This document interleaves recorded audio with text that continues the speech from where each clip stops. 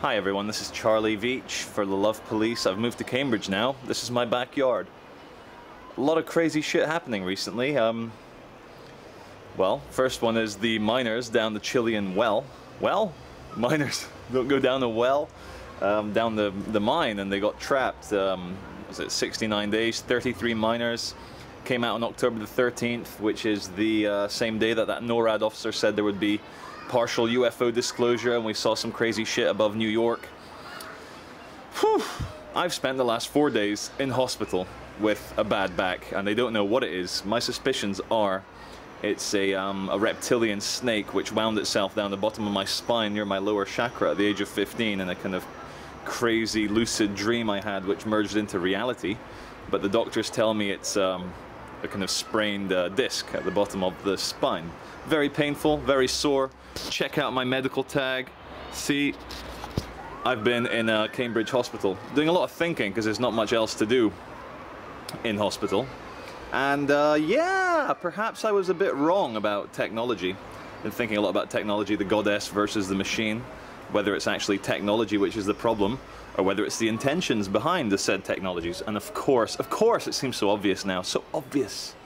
It's the intentions. Technology isn't going to hurt anyone. A gun isn't going to jump off the sofa and shoot a child. It's always a human being. Of course, there are accidents, but intentional evil can only come from sentience.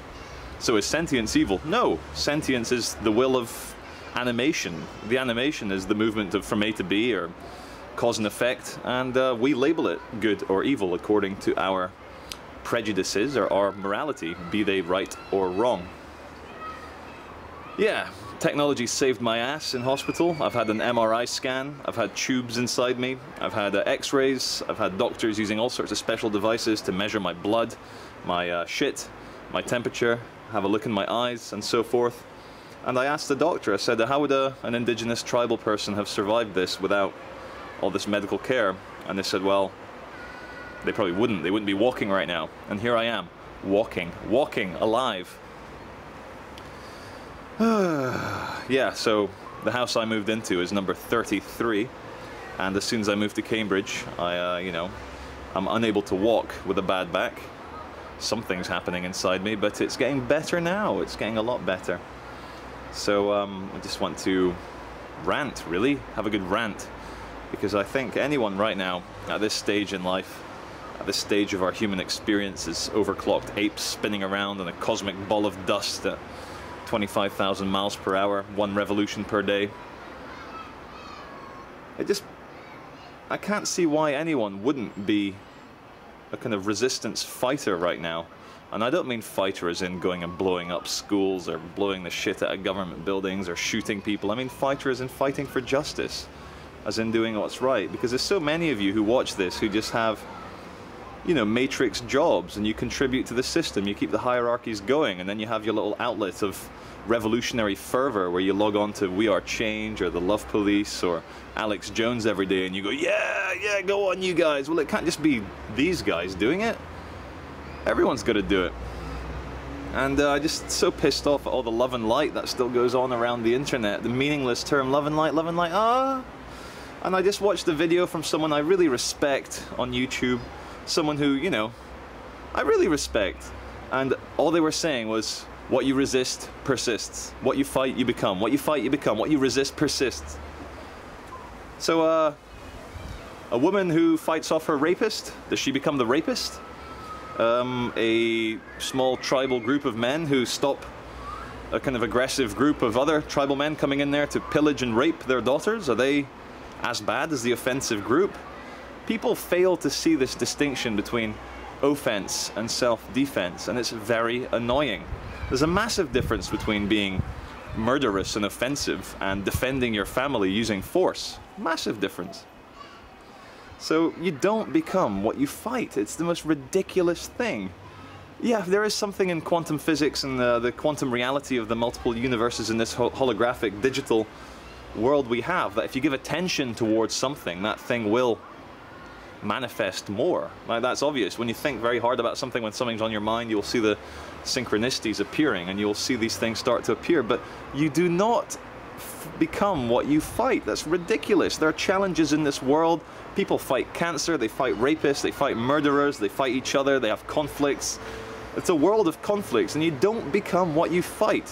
Did the French resistance in World War II become Nazis when they had their underground resistance network against the Nazis? No. Fair enough, they shaved the heads of those girls who slept with the Nazis, but shaving someone's head isn't the same as gassing them in a shower. So the French resistance did not become fucking Nazis.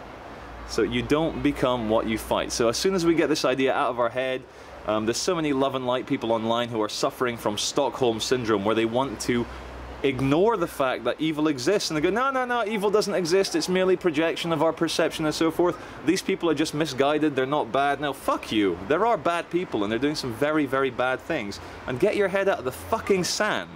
What you are suffering from is Stockholm syndrome mixed with a massive confusion by your inability to grasp the issues at stake, and so you just go love and light, love your brother, love your brother. Well, fucking hell. Even Jesus Christ himself got crucified for kicking the shit out of a bunch of moneylenders and rabbis and priests and whoever else. I hope he beat up a few international bankers while he was at it. But you don't become what you fight. And you can't solve a problem, and right now the world has been hijacked with governments, and it's all become so corrupt with international bankers and like big greedy people treating people like scum.